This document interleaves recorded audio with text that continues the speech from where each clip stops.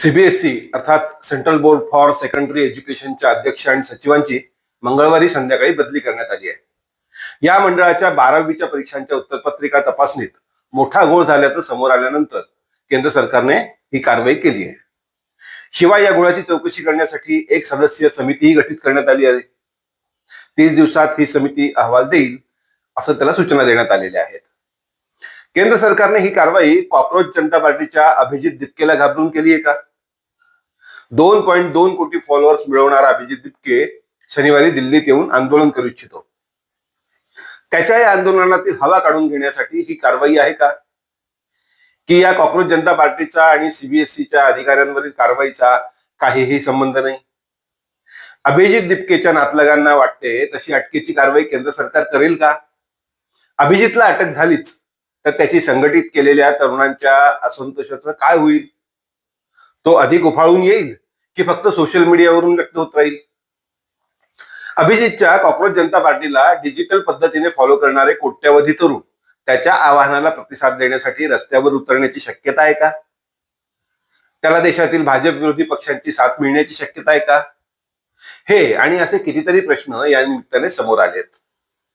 त्यांचा उहापोह आपण करणारच आहोत। त्यासाठीच हा व्हिडिओ तुम्ही शेवटपर्यंत पहा। नमस्कार, मी दीपक आणि तुम्ही पाहत आहात दीपक पटवे हे युट्यूब चॅनल। मंडळी, नीट परीक्षेतील घोटाळ्यामुळे सुमारे 23 लाख विद्यार्थ्यांना ही परीक्षा दुसऱ्यांदा द्यावी लागते। त्यामुळे त्यांच्या मनात प्रचंड असंतोष खदखदत असतानाच सीबीएसईच्या 12वीच्या परीक्षेचा निकाल लागला। सीबीएसईने यावेळी पहिल्यांदाच ओएसएम पद्धत अंगीकारली। ओएसएम म्हणजे ऑन स्क्रीन मार्किंग। पण यात अनेक घोळ असल्याचं उत्तरपत्रिकांच्या स्कॅन कॉपी मागवल्यानंतर विद्यार्थ्यांच्या लक्षात आलं।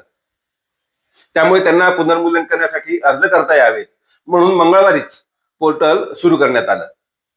ते सुरू होताच तासाभरात किमान 60,000 विद्यार्थ्यांनी त्यावर रिचेकिंगची मागणी केली आणि त्यानंतर थोड्याच वेळात बोर्डाचा अध्यक्ष आणि सचिवांची बदली करण्यात आल्याची घोषणा केंद्र सरकारकडून करण्यात आली।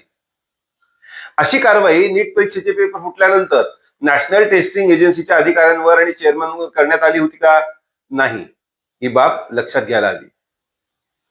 नीट, सीबीएसई आणि अन्य परीक्षातील घोटाळ्यांची जबाबदारी म्हणून केंद्रीय शिक्षण मंत्र्यांनी राजीनामा द्यायला हवा अशी मागणी करण्यासाठी कॉक्रोच जनता पार्टीचा अभिजित दिपके जंतर मंतर मैदानावर आंदोलन करू इच्छितो। या परीक्षांमुळे त्रासलेल्या विद्यार्थ्यांनी आंदोलनात सहभागी व्हावं असं आवाहनही त्याने केलंय। त्याच्या या घोषणेनंतर 24 तासांच्या आत केंद्र सरकारने 2 वरिष्ठ अधिकाऱ्यांच्या बदल्या केल्या आणि परीक्षेतील घोटाळ्याची चौकशी सुरू केली। त्यामुळे कोणी काहीही म्हणो, अभिजितच्या या आगमन आणि आंदोलनाचा आणि या कारवाईचा संबंध जोडला जाणारच आहे। 2011 साली अण्णा हजारेंनी दिल्लीत जंतर मंतरवर मैदानावर केलेलं उपोषण तुम्हाला आठवत असेल। ते आंदोलन नंतर इतकं वाढलं की देशभर त्याचे प्रतिसाद उमटायला लागले। अखेर केंद्रात सत्तेत असलेली काँग्रेस भुईसपाट झाली। आता अभिजित दिपके ही जंतर मंतर मैदानावर आंदोलन करू इच्छितो। त्यासाठी तो विमानतळावर जमलेल्या तरुणांना घेऊन पोलिसांची परवानगी मागायला पोलीस स्टेशनला जाणार आहे। अर्थात त्यानेच हे जाहीर केलंय। त्याच्या या आंदोलनाला तरुणांचा प्रतिसाद मिळालाच तर हे आंदोलनही अण्णा हजारेंच्या आंदोलनाच्या इतकं प्रभावी ठरण्याची शक्यता आहे का? मुळात अण्णांच्या आंदोलनाशी याची तुलना करता येईल का? काय फरक आहे या दोन्ही आंदोलनांमध्ये हे आपल्याला समजून घ्यावं लागेल। 6 जूनलाच दिल्लीत आणखीन एक घटना घडते। त्या घटनेवरही मला माझ्या दृष्टिकोनातून प्रकाश टाकायचा आहे। याशिवाय सर्वोच्च न्यायालयाच्या मुख्य न्यायमूर्तींच्या कथित विधानानंतर मोदी सरकारने आणि भाजपने काय करायला पाहिजे होतं याविषयीचं माझं मतही मी व्यक्त करणार आहे। पण त्याआधी मंगळवारी सायंकाळी केंद्र सरकारने केलेल्या कारवाईबाबत थोडं सविस्तर सांगतो। सीबीएसईच्या 12वीच्या परीक्षेचा निकाल जाहीर झाला आणि देशभरातील विद्यार्थ्यांमध्ये प्रचंड असंतोष निर्माण झाला। कारण काय तर त्यांनी लिहिलेली उत्तरं आणि मिळालेले गुण यात मोठी तफावत असल्याचं त्यांचं म्हणणं होतं। त्यामुळे 4 लाखाहून अधिक विद्यार्थ्यांनी आपल्या उत्तरपत्रिकांच्या स्कॅन कॉपी मागवल्या। त्या त्यांना मिळाल्या त्यानंतर त्यांच्या लक्षात आलं की मूळ उत्तरपत्रिका तपासण्याऐवजी त्यांच्या स्कॅन कॉपी तपासल्या गेल्या आहेत। आता त्यात अनेक प्रश्न तपासायचेच राहिलेले आहेत कारण त्या कॉपी अस्पष्ट आहेत। गुणांची बेरीज करताना चुका करून ठेवलेल्या आहेत असंही समोर आलं. त्यामुळे या विद्यार्थ्यांमध्ये प्रचंड असंतोष निर्माण व्हायला लागला. त्यामुळे केंद्र सरकारने एक पोर्टल सुरू केलं आणि त्यावर उत्तरपत्रिकांच्या पुनर्तपासणीसाठी अर्ज करण्याची सोय उपलब्ध करून देण्यात आली. हे पोर्टल सुरू झाल्यानंतर तासाभरातच 60,000हून अधिक विद्यार्थ्यांनी अर्ज केले. त्यामुळे उत्तरपत्रिका तपासणीत किती मोठा घोळ असेल याचा अंदाज आपल्याला करता येऊ शकतो. स्वाभाविकच मंगळवारी सायंकाळीच केंद्र सरकारने सीबीएसईच्या 2 वरिष्ठ अधिकाऱ्यांवर कारवाईचा हा बडगा उगारला. या कारवाईमुळे तरुणांच्या मनातील राग शांत होईल अशी आशा केंद्र सरकारला असू शकते. अर्थात ते आता कोणीच सांगू शकणार नाही. येणारा काळच त्याचं उत्तर आपल्याला देणार आहे. पण समजा अभिजित दिपकेच्या आवाहनाला प्रतिसाद देऊन मोठ्या प्रमाणात तरुण दिल्ली विमानतळावर हजर झाले तर काय होईल? इतक्या लोकांना घेऊन तो जेव्हा पोलीस ठाण्यात आंदोलनाची परवानगी मागायला जाईल तेव्हा कायदा आणि सुव्यवस्थेचा प्रश्न निर्माण होऊ शकतो. आणि तोच मुद्दा आहे की त्या आधारावर केंद्र सरकार त्याला अटक करू शकते. अर्थात तसं त्याच्या मित्रांना आणि नातलगांना वाटतंय. पण तसं काही खरंच होऊ शकतं का? अमित शहा किंवा दिल्लीच्या मुख्यमंत्री त्याच्या अटकेची कारवाई करू शकतात का? माझ्या मते इतक्यात त्याचा तर्क करणं योग्य होणार नाही. कारण केंद्र सरकारचाही तो निर्णय अजून झालेला असण्याची शक्यता कमीच आहे. पुढच्या 2-3 दिवसामध्ये केंद्र सरकार सर्व सोर्स वापरून याचा अंदाज घेईल की दिल्ली विमानतळावर अभिजितच्या स्वागताला किती तरुण येऊ शकतात. जर मोठ्या प्रमाणात तरुण जमणार आहेत याची खात्री सरकारला झाली तरच सरकार पुढचा निर्णय घेईल. कारण अभिजितला अटक केली की त्याचे हे कथित आंदोलन आणि तोही आणखी कितीतरी मोठे होतील याची शहा मोदी यांना पूर्ण कल्पना आहे. महाराष्ट्रात मराठा आरक्षणाच्या मागणीसाठी झालेल्या आंदोलकांवर लाठी हल्ला करून राज्य सरकारने जी चूक केली किंवा अण्णा हजारेंना अटक करून तेव्हाच्या मनमोहन सिंग सरकारने जी घोडचूक केली ती आताच हे सरकार करेल असं मला वाटत नाही. जर हे आंदोलन चिघळलं किंवा कोणत्याही कारणाने हिंसक झालं तर मात्र त्याचा फायदा सत्ताधारी घेतील आणि अभिजितला अटक करतील ही शक्यता जास्त आहे. जर अभिजितला अटक झाली तर हे आंदोलन आणखी वाढेल की संपेल हाही प्रश्न उपस्थित केला जातोय. काहींना असं वाटतंय की तसं झालं तर जे श्रीलंकेत झालं, जे नेपाळमध्ये झालं तसंच जेएनजीचं आंदोलन भारतातही होईल आणि सत्ताधाऱ्यांना पळताभुई थोडी होईल. पण मला काही तसं वाटत नाही. त्याला कारण आहे. एक तर स्वतः अभिजितच लोकशाही मार्गाचा आणि शांततापूर्ण मार्गाचा जप करतोय. त्यानुसार तो वागेल अशी शक्यता आहे.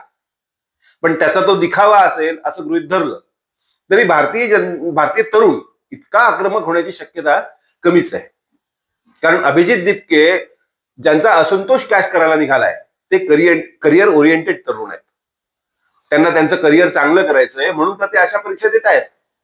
त्यात घोळ झाला म्हणून ते सोशल मीडियावर सरकारला शिव्या देतील.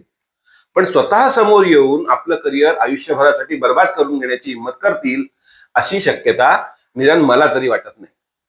त्यामुळे अभिजितला अटक झाली आणि खूप दिवस तो अटकेत राहिला तर हे कथित आंदोलन संपवायला केंद्र सरकारला फारसा वेळ लागणार नाही. कारण अशी कितीतरी देशव्यापी आंदोलनं 1.5 वर्ष सांभाळून संपवण्याचा दांडगा अनुभव या मोदी सरकारच्या पाठीशी आहे. मग ते सरकारी शेतकऱ्यांचं आंदोलन असो किंवा कुस्तीगिरांचं आंदोलन असो किंवा आणखीन बरेच काही आंदोलन जी झाली त्याचा आपल्याला इतिहास माहिती आहे. हे आंदोलन चिघळण्याची शक्यता भारतातील विरोधी पक्ष या आंदोलनाला कितपत हवा देतात यावरही अवलंबून असणार आहे. सध्या तरी काँग्रेस हा प्रमुख विरोधी पक्ष अभिजित दिपके आणि त्याच्या या सोशल मीडिया प्रयोगाच्या समर्थनात उभा राहिलेला नाही. उलट काँग्रेसने या डिजिटल चळवळीची खिल्लीच उडवलेली आपल्याला पाहायला मिळाली. ममता बॅनर्जींच्या टीएमसीच्या काही तरुण नेत्यांनी आणि ओवेसी सारख्या नेत्यांनी दिलेली सकारात्मक प्रतिक्रिया सोडली तर विरोधी पक्षांनाही या तरुणांच्या चळवळीची भीती वाटते असं चित्र सध्या तरी आहे. आम आदमी पक्षाने जसा काँग्रेसचा आणि काही प्रादेशिक पक्षांचा बळी घेतला तसंच हे कॉक्रोचही करतील अशी भीती मनात असेल तर विरोधी पक्ष या धुरळ पाळतीला पाठिंबा देण्याची शक्यता नाही आहे. जर विरोधी पक्षांनी वेगळा विचार केला आणि अभिजितच्या पाठीशी ते उभे राहिले तरच हे प्रकरण विद्यमान सरकारसाठी गंभीर बनू शकतं असं मला वाटतं. 6 जूनला दिल्लीत आणखीन एक घटना घडणार आहे असं मी म्हणालो. ती घटना म्हणजे देशातील विरोधी पक्षांची बैठक काँग्रेसचे अध्यक्ष खरगेंच्या घरी होते. अर्थात ती ममता बॅनर्जी यांच्या आग्रहावरून बोलवण्यात आलेली आहे.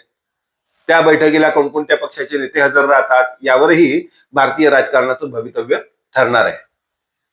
डाव्या पक्षांची या बैठकीला उपस्थिती राहण्याची शक्यता कमीच आहे असं दिसत आहे. इतरही विरोधी पक्षांनी अजून होकार कळवलेला नाही.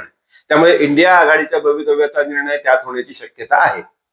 ममता बॅनर्जी यांना इंडिया आघाडीचं नेतृत्व करण्याचे वेध लागलेत. काँग्रेस त्यांना ती संधी मिळू देते का यावरही बरंच काही अवलंबून असणार आहे. एक प्रकारे देशातील विरोधी पक्षाच्या भवितव्याचा निर्णयच या बैठकीच्या निमित्ताने होण्याची शक्यता आहे. त्याकडेही आपल्याला लक्ष ठेवावं लागणार आहे. जाता जाता आणखीन एक मुद्दा मला मांडायचा आहे. अर्थात हा काही कोणाला सल्ला वगैरे नाही, मी माझं मत फक्त मांडतोय. कॉक्रोच पार्टी नावाचं हे जे काही सोशल मीडिया प्रकरण उभं राहिलं त्याला कारण आहे ते सरन्यायाधीशांचं विधान. नंतर त्यांनी आपल्याला असं काही म्हणायचं नव्हतं वगैरे म्हणत खुलासा केला असला तरी त्यांच्या विधानावरच ही पार्टी उभी राहिलेली आहे हे नाकारता येणार नाही. सरन्यायाधीशांच्या विधानावरची प्रतिक्रिया ही आपल्यावरची टीका आहे असं सत्ताधाऱ्यांना वाटलं आणि तिथेच गल्लत झाली. तसं करणं आपल्या विरोधातील असंतोषाची जननी ठरू शकते याचा अंदाज केंद्र सरकारला आणि चाणक्य म्हणवल्या जाणाऱ्या अमित शहांनाही आला नाही. तो वेळी आला असता तर सत्ताधारी भाजपकडूनही सरन्यायाधीशांच्या या विधानाच्या विरोधात प्रतिक्रिया आली असती. भारतीय जनता युवा मोर्चाचा त्यासाठी उपयोग करून घेता आला असता.